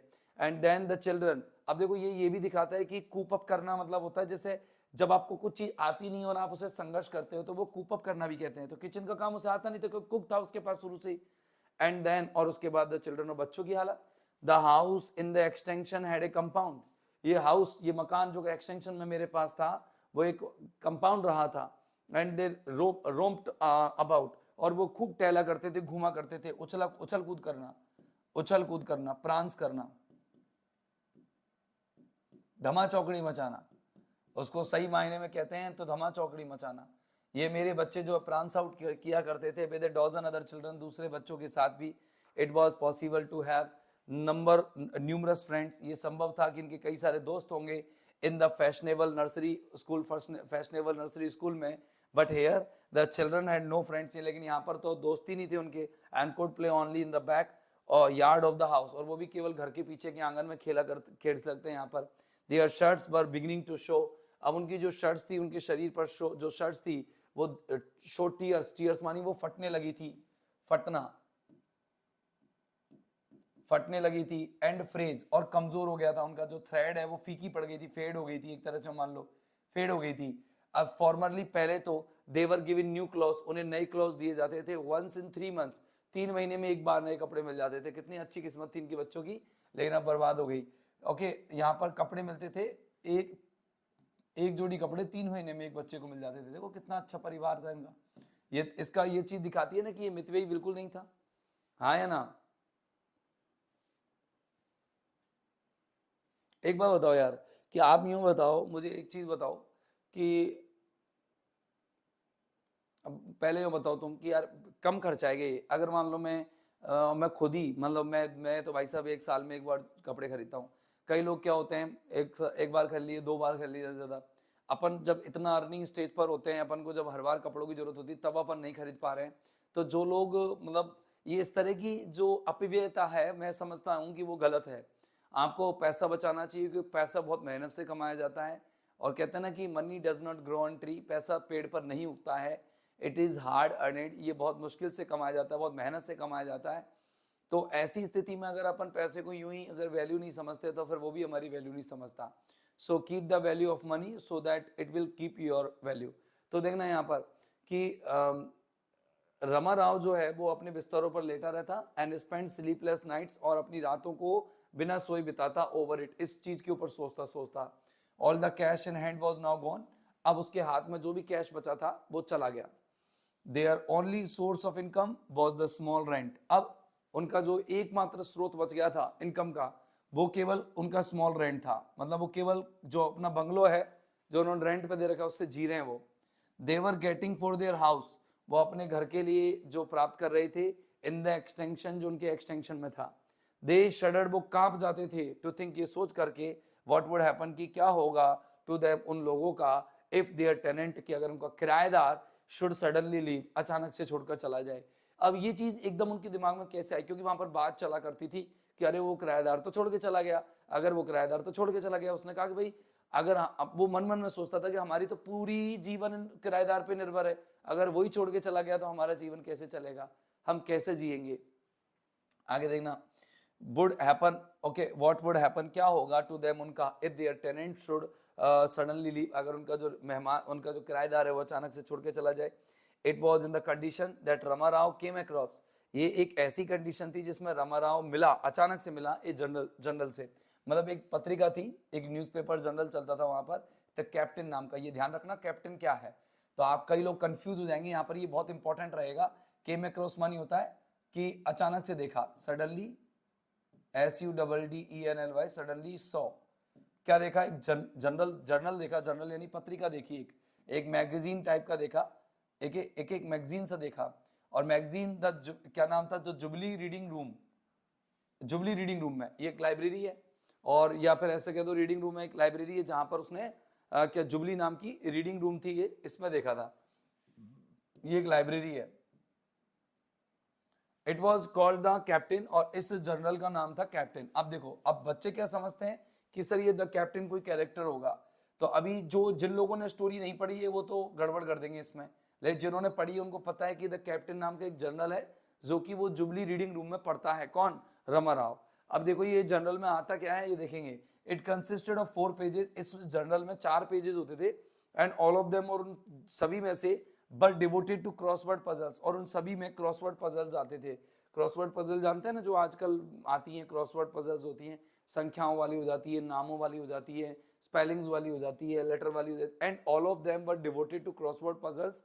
If it offered every week a first prize of 4,000 rupees, ये हर सप्ताह के अंत में एक फर्स्ट प्राइज प्रोड्यूस करती थी 4,000 रुपए की। ये इंपॉर्टेंट लाइन है, ये याद रखना, 4,000 रुपए की एक फर्स्ट प्राइज यहाँ पर रहती थी, कि हर वीक में चलती थी, एवरी वीक में, है ना। अब यहां पर सुनो मेरी बात, ये सर क्या दिखाता है, ये दिखाता है कि उस जमाने में जितनी भी मैगजीन्स थी, वो अपने आप को पॉपुलर करने के लिए, जितने भी जर्नल्स थे, अपने आप को पॉपुलर करने के लिए वो इस तरीके की हथकंडे अपनाते थे, जिससे कि लोगों के पास ज्यादा से ज्यादा ये पहुंचे और लोग उसको ज्यादा से ज्यादा पढ़े और वो पॉपुलर हो जाए। देखो पहले के टाइम में सोशल मीडिया तो चलता नहीं था कि कोई भी मैगजीन या कोई भी जर्नल आया और उसको फेसबुक पे अपने प्रमोट कर दिया और हो गया, लेकिन 4 पेजेस तो जर्नल में थे, और ये ध्यान रखना है आपको कि आप लोगों को 4 जो हजार है वो यहाँ पर इनाम दी जाती है उसको, जो भी क्रॉसवर्ड पजल भर के देगा उसके लिए। For the next few days, कुछ अगले दिनों के लिए, हिज हेड, उसका जो दिमाग था वो फ्री था फ्रॉम फैमिली केयर्स, अब वो पारिवारिक चिंताओं से हट गया, मतलब उसके दिमाग में।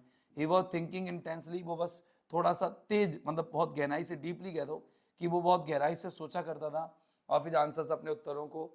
Whether it should be tallow और फॉलो, ये टैलो लिखूं या फॉलो बनाऊं, स्पेलिंग, वेदर बैड और मैड और sad, would be most apt for a clue, ये कौन सी ये क्लू के लिए ठीक होगी, बस वो ऐसे ही क्लू लगाया जाता था, which said man who are this had better be avoided.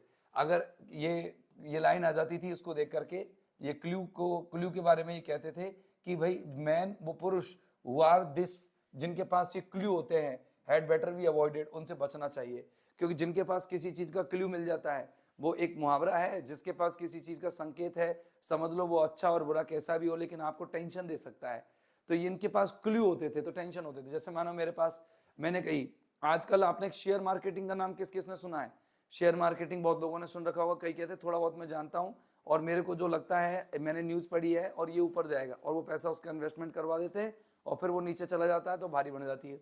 आगे देखना, He hardly stopped to look at his wife, उसने अपने बच्चे और अपनी पत्नी की तरफ मुश्किल से देखना शुरू कर दिया, जो कि डोरवे पर खड़े रहते थे जब वो लौटता था होम, घर पर, इन द इवनिंग, शाम के समय पर।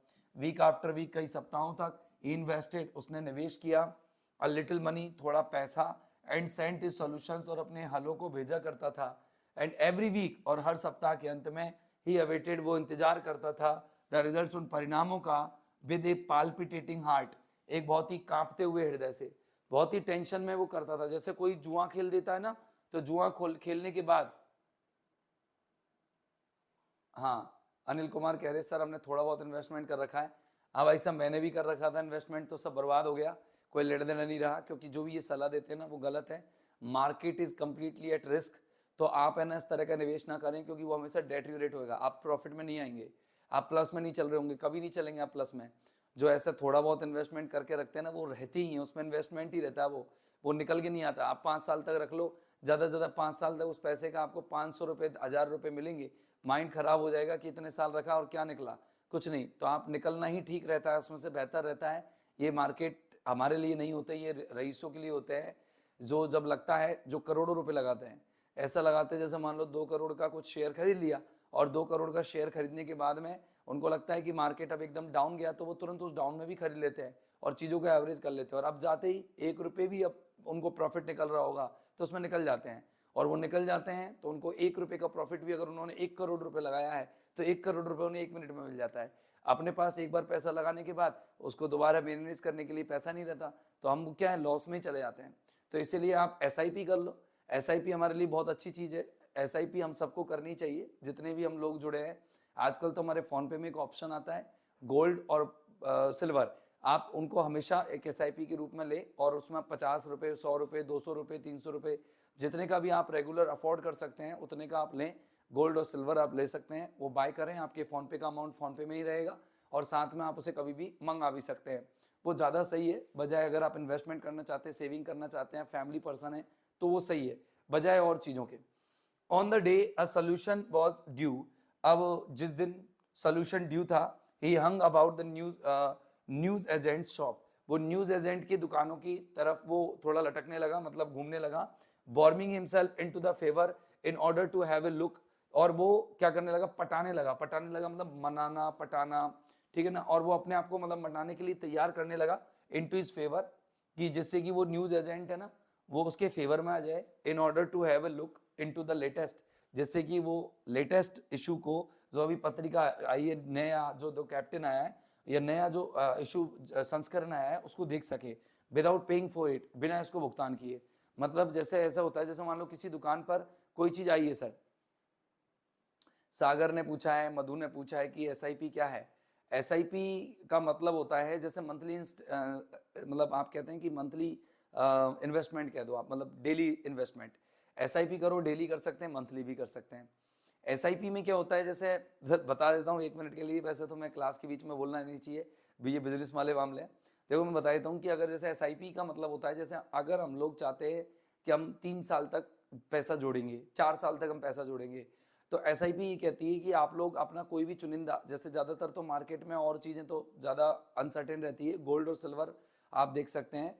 तो गोल्ड में जैसे आप 100 रुपये पर डे आप इन्वेस्टमेंट करते हैं, और 100 रुपये में इन्वेस्टमेंट करते हैं, जैसे आज आप गोल्ड की कीमत 1.5 लाख है और उस पर आप आज खरीदते हैं, तो आपने 100 रुपये का गोल्ड खरीदा, कल वो 1,40,000 रह गया तो भी आप 100 रुपये का ही गोल्ड खरीद रहे हो, जब वो 1,30,000 रह गया तो भी आप 100 रुपये का ही गोल्ड खरीद रहे हो, जब वो 1,40 हो जाएगा तब 300 रुपये पर आपका वो एवरेज आ जाएगा। तो आप जो डेली 100 रुपये का जो खरीद रहे हो डेली, वो कहलाता है आपका SIP, उसको इंग्लिश में बोलते हैं फुल फॉर्म में सिस्टमेटिक इन्वेस्टमेंट प्लान। तो ये प्लान आप लोगों के लिए हमेशा किफायत देगा, ये कभी लॉस नहीं देगा आपको पक्का, क्योंकि आपने घटी हुई कीमत में भी चीजें खरीदी और बढ़ती हुई कीमत में भी चीजें खरीदी है। आगे देखना क्या हुआ। He was too impatient, वो बहुत अधीर रहता था, to wait, ये इंतजार करने के लिए, till the general came, जब तक कि जनरल आता, on the टेबल पर, in the jubilee reading room में। समटाइम्स कभी कभी तो the news agent would grumble, कभी कभी तो न्यूज एजेंट उस पर बड़बड़ाने लग जाता, एंड रमाराव वुड पेसिफाई हिम, और रमाराव उसे शांत करता, ग्रम्बल यानी बड़बड़ाना, चिढ़ जाना, स्कोल्ड करना, डांटना, उसको डांटने लग जाता था, और रमाराव उसको पेसिफाई करता बेचारा, विद एन ऑकवर्ड, एक भद्दी सी, अफेक्टेड ऑप्टिमिज्म, एक भद्दी सी, अब ऑकवर्ड मानी एक, मतलब ये कह सकते हो आपकी एक अनयूजुअल, एक वीड, एक अजीब सी, अफेक्टेड यानी प्रभाव करने वाली, ऑप्टिमिज्म यानी आशावादिता से। क्या कहता था वो, क्या कहता था, आशावादी रहता है वो, क्योंकि वो सोचता कि एक दिन तो मेरी क्रॉसवर्ड पजल निकलेगी आगे। तो देखो प्लीज वेट, कृपया इंतजार करो यार एजेंट भाई, when I get a prize, जब मैं प्राइज लूंगा ना या जब मुझे प्राइज मिलेगी तो I will give you 3 years subscription in advance, तो मैं 3 साल का सब्सक्रिप्शन एडवांस में दे दूंगा तुम्हें। हिज हार्ट क्वेल्ड, उसका हार्ट जो है वो क्वेल करा, as he open the page. Quell मानी कांपने लगा, मतलब वो थोड़ा डरने लगा। क्वेल यानी कांपना, ट्रेम्बल्ड करना, उसका हृदय कांपा, इसका मतलब उसका हृदय में डर लगा, उसे फियर लगा, है ना। As he open the page announcing the prize winners, जब उसने उस पेज को खोला जिसमें प्राइज विनर्स का नाम था। समवन इन बलूचिस्तान, किसी का नाम आया था जो बलूचिस्तान में था। समवन इन ढाका, ढाका किसी का नाम ढाका में आया था। समवन किसी का नाम इन सीलोन में आया था, सीलोन भी ये सब आइलैंड है, ये है ना। अब आगे देखना, had hit upon the right set of words, उन्होंने ही हिट किया था राइट सेट वर्ड्स का, नॉट रमाराव, रमाराव ने नहीं। It took 3 hours for Ramarao, 3 घंटे लग जाते रमाराव के लिए to recover from this shock, इस सदमे से बाहर आने में। The only way to exist, और जो एकमात्र तरीका था एग्जिस्ट, आगे बने रहने का, वो ये था, seemed to be plunge into the next week's puzzle, ये था कि वो अगले वीक की पजल में डूब जाए। मतलब अगर मैंने कहा पहले लॉस से अगर उभरना हो तो दूसरे लॉस की तरफ हम बढ़ जाते हैं। यही होता है कि आप जब एक पहला लॉस खा लेते हैं तो आपको लगता है कि नहीं यार शायद हम इसमें से निकाल सकते पैसा, तो हम ऐसा करते हैं, पैसा हमारा डूब रहा है तो एक और लॉस, एक और इन्वेस्टमेंट कर देते हैं, और जब आप उस इन्वेस्टमेंट में अटकते हैं फिर उसमें ही पैसा चला जाता है। तो ठीक वैसे ही यहाँ पर हुआ कि यहाँ पर क्या होता है, be to plunge into the next week's puzzle, और वो अगले वीक की पजल में इन्वॉल्व हो जाता है, जिससे पिछला जो गम है वो भुला देता। That would keep him buoyed up, जो उसको प्रसन्न रखती, खुश रखती। बॉयड अप मतलब दोनों होते हैं, प्रसन्न रहना भी और एंगेज रहना भी। तो यहाँ पर है वो उसके हैप्पी रखती थी, खुश रखती थी, हिम उसको एक्सपेक्टेड रखती थी उसको, विद होप, इस उम्मीद से, for a few days more, कि कुछ दिन और वो आगे अच्छे से सर्वाइव कर सकता था। This violent alternating between hope and despair, ये हिंसक जो परिवर्तन है, ये जो बदलाव है, वो किस किस के बीच में होता था, वो होता था साहब उम्मीद और निराशा के बीच में। सून रैक्ट हिज नर्व्स, वो बर्बाद कर देता था, डिस्ट्रॉयड कर देता था, किसको, दबा देता था, डिस्ट्रॉयड किसको, उसकी नसों को, हिज नर्व्स, उसकी नसों को, वेन्स को, VEINS। आगे देखना, एंड बैलेंस, और उसके संतुलन को। एट होम, घर पर, he hardly spoke to anyone, वो किसी से भी मुश्किल से बोलता था, कैसे कहें कि वो हाँ वो खेलता है, ठीक है ना, क्या जुआ खेलता है। हिज हेड, उसका सिर, was always board in thoughts, वो विचारों में ही उलझा रहता हमेशा। बोर्ड मतलब झुका रहना या फिर टेंशन में रहना। अब जैसे कई लोग विचार में रहते हैं तो कहते हैं ना यार ये टेंशन में बहुत रहने लग गया, पता नहीं क्या टेंशन हो रही है उसको, तो बोर्ड यानी झुका रहता था थॉट्स के अंदर। He quarrelled with his wife, वो अपनी पत्नी से लड़ता था। If she refuse to give him his rupees a week, अगर वो उसको मतलब उसके रुपये देने में, अगर उसका जो रुपया है वो उसको देने में एक सप्ताह में वो अगर वो असफल होती तो उसे लड़ता था फॉर द पजल्स के लिए। She was of A mild disposition, वो एक विनम्र व्यवहार की महिला थी। डिस्पोजिशन होता है स्वभाव, नेचर, वो एक ऐसे नेचर की महिला थी जो बहुत ही विनम्र नेचर था। एंड और वॉज इनकैपेबल, और वो असक्षम थी, ऑफ ए सस्टेन्ड क्वेरल, कि वो लंबे समय तक बना रखे क्या, झगड़ा। वो लंबे समय तक झगड़ा नहीं कर सकती थी, लंबे समय तक झगड़ा।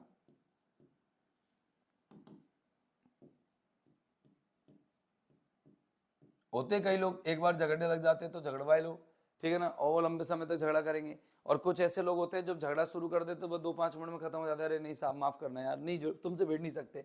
विद द रिजल्ट, इस परिणाम say that he always got what he wanted, कि इसी वजह से उसको हर वो चीज मिल जाती थी जो वो चाहता था। दो हालांकि इट मीन अ स्लाइट, हालांकि ये मतलब जो था एक हल्का सा सेक्रीफाइस था, मतलब उसका बलिदान था इन हाउस होल्ड एक्सपेंसेस, क्या, घर के खर्चों में। मतलब अगर वो उसका पति इस तरीके से पैसे ले जाता था ना तो वो घर के खर्चों में कटौती करके उससे काम चलाती थी। आगे देखना, वन डे, एक दिन क्या हुआ, द गुड जनरल अनाउंस्ड, एक गुड जनरल ने, अच्छे जो जनरल चल रहा था उसके, द कैप्टन के बारे में चल रहा है, उसने अनाउंस किया एक स्पेशल ऑफर, किसका, ऑफ 8,000 रुपीज का, 8,000 रुपए का एक इनाम आया स्पेशल, वेरी वेरी इंपॉर्टेंट। कितने का इनाम आया, 8,000 रुपए का। तो ये इंपॉर्टेंट पॉइंट है, ये भी नोट करिएगा। It excited Rama Rao vision, ये इसने रमा राव के विजन को एक्साइट किया, ऑफ ए फ्यूचर, किसके लिए, 10 फोल्ड के लिए, 10 गुना, मतलब वो अपना भविष्य को 10 गुना अच्छा बढ़ा पाएगा। मतलब वो अब कहते हैं ना कि जैसे वो आपने फिर हेरा फेरी देखी होगी या हेरा फेरी मूवी देखी होगी अक्षय कुमार की, तो उसमें पैसा आने से पहले वो कैसे कल्पना करता है कि हम गाड़ियों में जाएंगे, बढ़िया मकान में चलेंगे, और वो बहुत ऐसे अच्छे अच्छे तरीके से वो क्या करता है, इमेजिन करता है। सही कह रहे हो यार, पानी पी लेता हूँ। मोनिका जी कह रहे हैं सर पानी पी लो,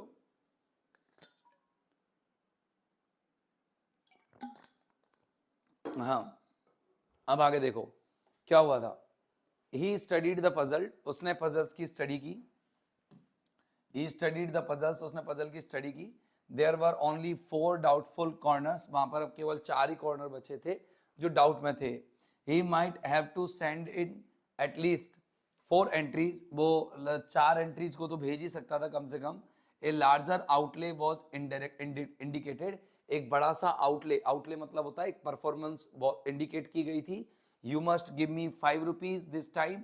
अब मतलब एक लार्जर आउटले जो था वो इंडिकेट किया जा रहा था। आउटले मतलब एक प्रकार का, ये मान लो पेमेंट भी कह सकते हैं आउटले, पेमेंट। 4 कॉर्नर्स बचे थे, मतलब और मैगजीन चाहिए थी, तो you must give me 5 rupees this time, he said to his wife. अब की बार तुम मुझे 5 रुपए देना, मतलब और मैगजीन्स भरनी है अभी, तो 5 रुपए देना। और उसने पत्नी से मांगा। Eight which that good lady became speechless, इस बात को सुनकर के वो बेचारी अच्छी महिला, भली महिला, वो निशब्द हो गई। He had become rather insensitive, लगता था वो पहले से ज्यादा असंवेदनशील हो गया था टू सच थिंग्स, ऐसी चीजों के लिए दीज डेज, इन दिनों में। But even he could not help feeling, हालांकि वो ये महसूस भी नहीं कर पा रहा था the atrocious nature of his demand, कि उसकी जो मांगे थी अब वो अत्याचारी स्वभाव की हो गई थी। मतलब वो मांगे ऐसी करता था जैसे अत्याचार कर रहा हो अपनी पत्नी के ऊपर। 5 rupees were nearly weeks food for of the family, 5 रुपए तो एक वीक का फूड था, किसके लिए, एक वीक का फूड था फॉर द फैमिली, परिवार के लिए। He felt disturb for a moment, एक क्षण के लिए वो डिस्टर्ब भी होता था। But he had only to turn his attention, लेकिन उसे तो अपना पूरा ध्यान केंद्रित करना था टू स्पेक्यूलेट, यानी कि थिंक करने में, पॉन्डर करने में, सोचने में। पॉन्डर का मतलब होता है think deeply. Okay, whether hope और डोप और रोप, कि जिस शब्द को मैं भरने वाला हूं वो होप है, डोप है, रोप है। मेड मोस्ट सेंस, वो काफी सारे सेंस क्रिएट करता था, ठीक है ना। फॉर सम पीपल, ऐसे कुछ लोगों के लिए, प्रेफर दिस टू डेस्पेयर, जो इसको क्या करते हैं, डेस्पेयर मतलब निराशा के लिए इसको प्रेफर करते हैं। यानी कि अधिकांश लोग इसी तरीके की चीजों को परेशानी में, मतलब दिमाग में ऐसी चीजें रखते हैं कब, जब ऐसी पजल्स खेल रहे होते हैं।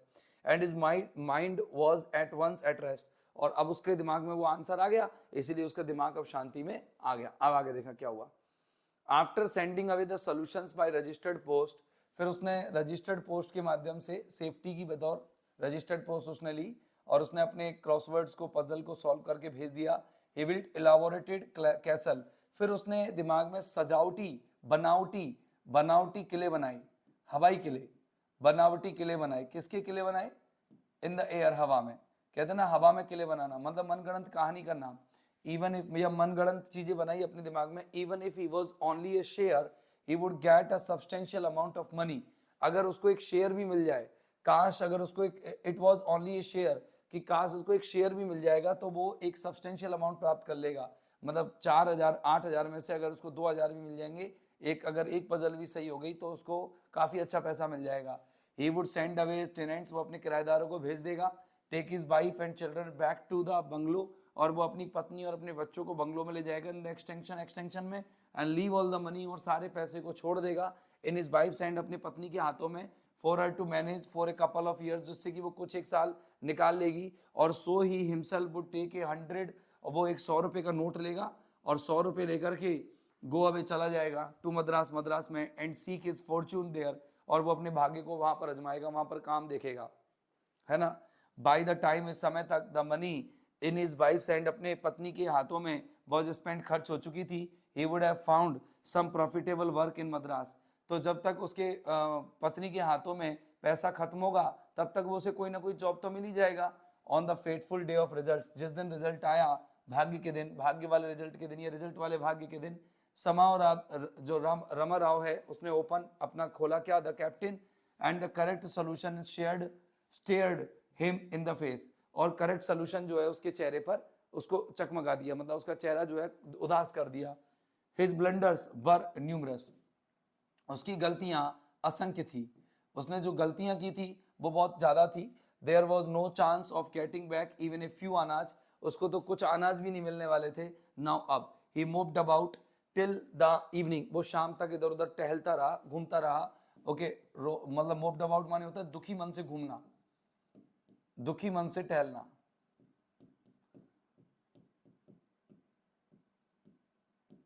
अब आगे क्या हुआ, द मोर ही ब्रूडेड, जितना वो सोचता था, थॉट, जितना अधिक वो सोचता था ओवर दिस, इस बारे में, द मोर इनटॉलरेबल लाइफ सीम, उसको अनबियरेबल लगती जीवन, ऐसा लगता था कि मैं जीवन क्यों जी रहा हूँ, अनबियरेबल लाइफ उसको लगती थी। ऑल द लॉसेस, सारे जो हानियां थी, डिसअपॉइंटमेंट, निराशाएं थी, एंड फ्रस्ट्रेशन और हताशाएं थी ऑफ हिज लाइफ, उसकी जीवन की, केम डाउन, उतर गई थी, ऑन हिम, उस पर, विद रिन्यूड फोर्स, एक नई ताकत के साथ। जो पहले बर्बाद हुआ वो अलग था, और अब बर्बादी हुई वो और भी ज्यादा भयंकर थी। इन द इवनिंग, शाम के समय, इंस्टेड ऑफ टर्निंग होमवर्ड, घर की तरफ जाने की बजाय, he moved along the railway station road, वो रेलवे स्टेशन रोड की तरफ चला गया। He slipped in at the level a crossing, और वो एक क्रॉसिंग के लेवल पर लेट गया, एंड वॉक डाउन, मतलब क्रॉसिंग के लेवल पर स्लिप किया, उतरा, और उतर करके walk down the line, line पर चला, एक कपल ऑफ माइल्स, कुछ मील। इट वॉज डार्क, अंधेरा हो गया था। फार अवे द लाइट्स, दूर जो लाइट्स जो थी ऑफ द टाउन, कस्बे की, ट्विंकल, टमटमा रही थी, and the red and green lights of signal post loomed, और जो लाल और हरे रंग की जो लाइट थी सिग्नल के पोस्ट पर, खंबे पर, वो लूम्ड यानी दिखाई दे रही थी। ओके, अपीयर्ड, जो दिखाई दे रही थी, कैसी, over, appeared over the surrounding,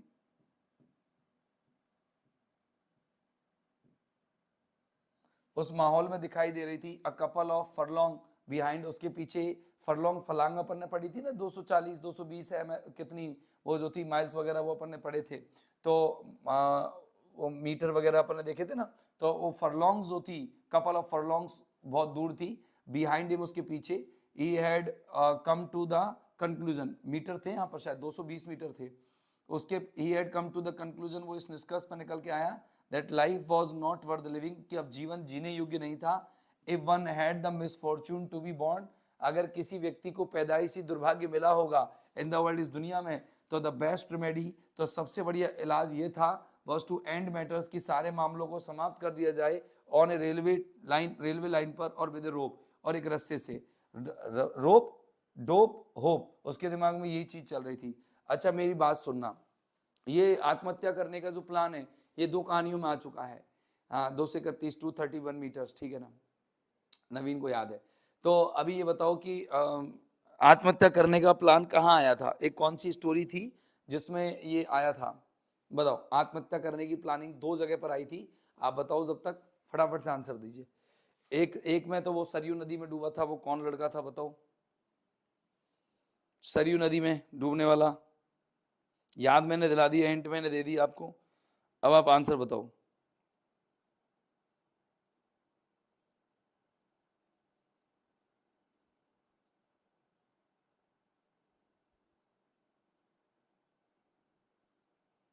फटाफट, डू इट फास्ट।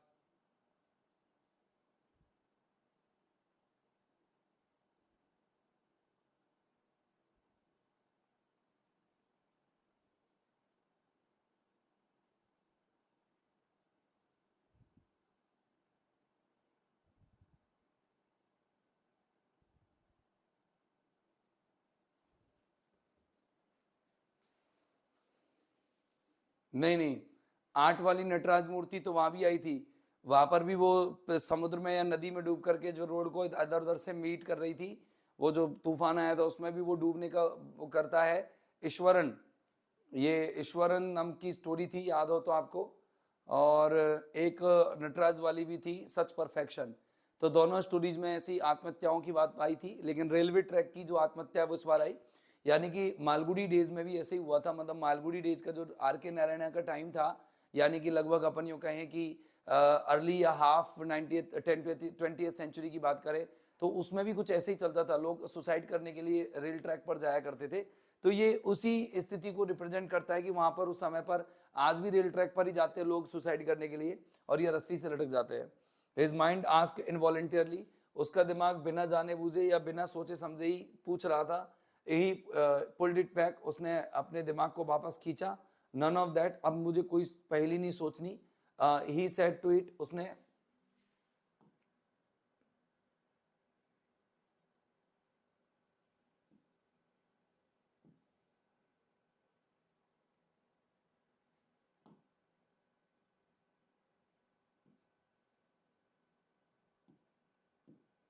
एक मिनट, शायद ये इधर उधर हो गया था।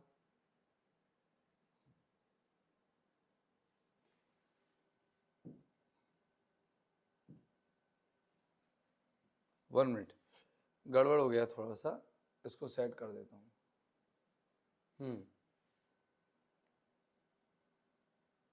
आगे देखो, ही सेट टू इट, उसने अपने दिमाग को कहा, एंड सेट इट, और दिमाग को सेट किया, रिजिडली, सख्तता से, टू कंटम्पलेन, की वो चिंतित करे, और द बिजनेस ऑफ डाइंग, मरने का कार्य। बस अब तो दिमाग में एक ही चीज रहनी चाहिए कि मरना है मुझे। वाइफ, बच्चा, पत्नी, बच्चे, नथिंग सीम्ड टू मैटर, अब कोई मायना नहीं रखते। द ओनली इंपॉर्टेंट थिंग, अब केवल जो महत्वपूर्ण चीज थी वॉज टोटल एक्सटिंक्शन, बस अब केवल विनाश था। विनाश मतलब केवल डेथ। अब वो मौत चाहता है। ही ले अक्रॉस द लाइन्स, वो पटरियों पर लेट गया, एंड क्या हुआ, पटरियों पर लेट गया तो the iron was still warm, iron अभी भी गर्म था। The day had been hot, दिन भी थोड़ा गर्म रहा, और रामाराव जो था, मतलब गर्मी की वजह से आयरन हॉट था।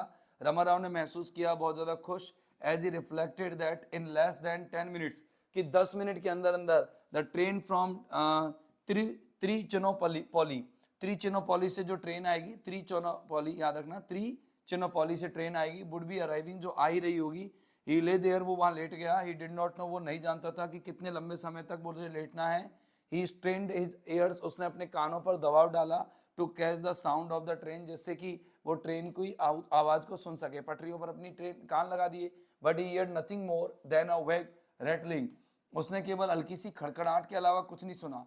रैटलिंग यानी खड़खड़ाहट, यानी कोई ठोका पीटी कर रहा था पटरी की, खड़खड़ाहट, उसे कुछ खड़खड़ाहट सुनाई दी, खड़खड़ाहट, मौत के बहुत करीब पहुंच गया आदमी। एंड बजिंग, और कुछ भनभनाहट सुनाई दी, फॉर फार ऑफ, जो दूर थी स्टेशन पर। Presently he grew tired of lying, वो थक गया था लेटा लेटा, देयर, वहां पर। ही रोज वो उठा, एंड वॉकड बैक, और वापस आया, टू द स्टेशन, स्टेशन पर। There was a good crowd, वहां पर बहुत बड़ी भीड़ लगी हुई थी ऑन द प्लेटफॉर्म पर। ही आज समवन, उसने किसी से पूछा, व्हाट हैज हैपेंड, क्या हुआ, टू द ट्रेन, ट्रेन क्यों नहीं आई आज। तो एक गुड ट्रेन, एक जो माल वाली सामान की जो मालवाहक train, goods train, has derailed, derailed मानी पटरियों से उतरना, यानी कि उस समय पर भी आम बात थी पटरियों से उतरने की, मतलब पटरियों से उतरना। ये दिखाता है कि जो रेलवे का जो सिस्टम था वो ज़्यादा उम्दा नहीं था, जो ज़्यादा अच्छा नहीं था।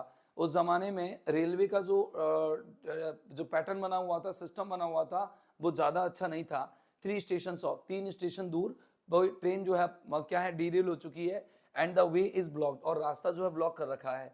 They have sent up A relief, उसने मतलब they have sent up relief, उन्होंने एक सेंट अप रिलीफ, एक रिलीफ भेजी। All the trains will B, relief मतलब थोड़ा सा मतलब रिपेयरिंग के लिए लोग भेजे, ओके मतलब कहते हैं रेस्क्यू भेजा। All the trains will be at least 3 hours late today, आज लगभग सारी ट्रेन 3 घंटे लेट ही रहेंगी। गॉड, हे भगवान, you have shown me mercy, तुमने मुझ पर फिर भी दया दिखाई। रामाराव क्राइड, रामाराव चिल्लाया, एंड रेन होम, और घर भाग गया। His wife was waiting at the door, उसकी पत्नी दरवाजे पर इंतजार कर रही थी। Looking down the street, और गली में देख रही थी। She brightened up, वो थोड़ी खुश हो गई। And sighed, और आह भरी with relief, आराम के साथ या चैन के साथ, on seeing रामाराव, रामाराव को इतना देख करके। She welcomed him, उसने उसका स्वागत किया with a warmth, एक गर्मजोशी के साथ। He had not known for over a year now, जो अब तक उसको 1 साल हो गया था इस तरह की गर्मजोशी को, आज कोई अच्छी न्यूज मिलने वाली है। Oh why are you so late today, आज तुम इतना लेट क्यों हो गए हो, ठीक है ना। शी आस्क्ड, उसने पूछा। I was somehow feeling very restless, आज मुझे थोड़ी बेचैनी सी हो रही थी, द होल इवनिंग, पूरी शाम। Even the children were worried, यहाँ तक कि बच्चे भी बड़ी टेंशन में थे। पुअर क्रिएचर्स, बेचारे बच्चे, इनके भी क्या हालात हो गए। They have just gone to sleep, अभी अभी सोए हैं, ठीक है ना। किसने कहा, उसकी पत्नी ने कहा। When he sat down to eat, वो जब खाने बैठा तो शी सेड, उसने कहा, our tenants in the extension bungalow came in the evening, कि हमारे जो टेनेंट्स है, किराएदार हैं एक्सटेंशन बंगलो में, वो शाम को आए थे टू आस्क, पूछने के लिए, if you would sell the house, कि क्या तुम घर को बेच दोगे। They are ready to offer good cash, वो अच्छा कैश दे देंगे फॉर इट, इस घर के लिए, इमीडिएटली, तुरंत ही। शी एडेड क्वाइटली, उस शांति से बोली, आई थिंक, मुझे लगता है, we shall sell the house, हमें इस मकान को बेच देना चाहिए। उसे लगा कि उसकी पत्नी, वो पति जो है बेचेगा नहीं मकान को, इसलिए वो थोड़ी शांति से बोली। क्योंकि पुराने जमाने में क्या होता था कि ये जो पुरुष जो लोग होते थे, वो आज भी है, मतलब पुरुष तो लोग, लेकिन पहले पैसे बटोरने पर बहुत ज्यादा विश्वास करते थे, पैसा सेव करने पर विश्वास करते थे। लेकिन रामाराव बिल्कुल डिफरेंट टाइप का आदमी था, उसके दिमाग में है नहीं कि मैं अपना घर बेच सकता हूँ। रामाराव रिप्लाइड जुबिलेंटली, रमा का जो राव है, उसने बहुत ही खुशी से जवाब दिया। जुबिलेंटली मतलब हैप्पीली, उसने बहुत ही खुशी से जवाब दिया। और क्या कहा खुशी से जवाब दे करके, कि this minute we can get 4.5 thousand for it, कि अभी इसी मिनट बेचे ना अपने घर को, तो अपन को 4500 रुपये, मतलब 4500 रुपये, 4,500 फॉर इट। इसका मतलब कितने रुपए, कितने रुपए, 4500 रुपये उसको मिल सकते हैं, 4500 रुपये उसको मिल सकते हैं मकान के, है ना। आगे देखना, give me the 500 and I will go away to Madras. तुम मुझे आधा 1000 दे देना, मतलब लगभग 500 रुपये, मैं मद्रास चला जाऊंगा एंड सी, और देखूंगा if I can do anything useful there, कि क्या मैं वहां कुछ कर सकता हूं। तो मद्रास उस जमाने में कॉस्मोपॉलिटन लोगों के लिए एक अच्छा शहर था।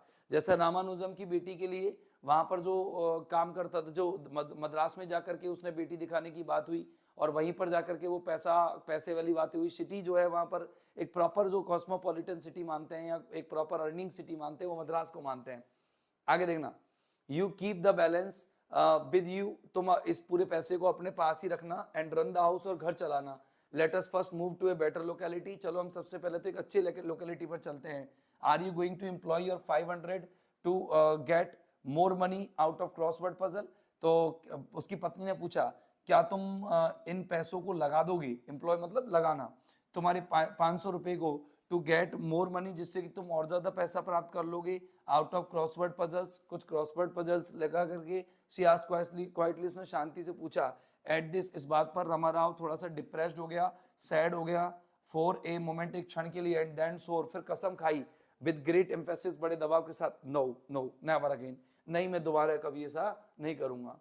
तो ये यहाँ पर एक इमेज है, बच्चे सो रहे हैं, पति पत्नी दोनों बात कर रहे हैं, खाना लगाया है, मकान बेचने की बात चल रही है, और यहाँ पर ट्रेन वाला सिस्टम है, मद्रास है, और 4500 रुपीज़ है। ये याद रखना कि 45 रुपये इनकम हो गई थी, 45 रुपये मंथली सैलरी बन गई थी किसकी, आपके पिछले कैरेक्टर की, जो पिछली कहानी में आपने पढ़ा। और यहाँ पर 4500 रुपये यहाँ पर मकान बेचने के मिलने वाले हैं। पैसे तो 40 रुपये थी उसकी सैलरी, लेकिन फिर 45 हो गई थी, ठीक है ना। ओके, तो अभी हम बात करेंगे कल की स्टोरी के लिए, और कल की स्टोरी हमारी ऐसी चलेगी, और लेकिन स्टोरी मैं कंटिन्यू रखूंगा, जिससे कि आपकी 15 तारीख से पहले या 20 तारीख से पहले पहले आपका ये वाला हो जाए। उधर मैं ग्रामर समेट रहा हूँ, फिर ग्रामर जैसी सिमटेगी, फिर अपन मैं हैंड टू हैंड में लिटरेचर भी चालू कर दूंगा। तो आप लोगों का आराम से मैं मार्च तक का कंप्लीट कोर्स करा दूंगा, और मार्च तक ही मान लीजिए फाइनल कोर्स कंप्लीट हो जाएगा। पेडागोजी वेडागोजी सब मार्च तक कंप्लीट है। फिर अप्रैल और मई, इन दोनों महीनों में हम क्या करेंगे, रिवीजन करेंगे। जून में हम फाइनल रिवीजन करेंगे, और जुलाई में हम एग्जाम देने जाएंगे, ठीक है। थैंक यू वेरी मच दोस्तों, फिर मिलते हैं अगले एपिसोड में। तब तक के लिए have a nice time, good day, good bye, bye bye.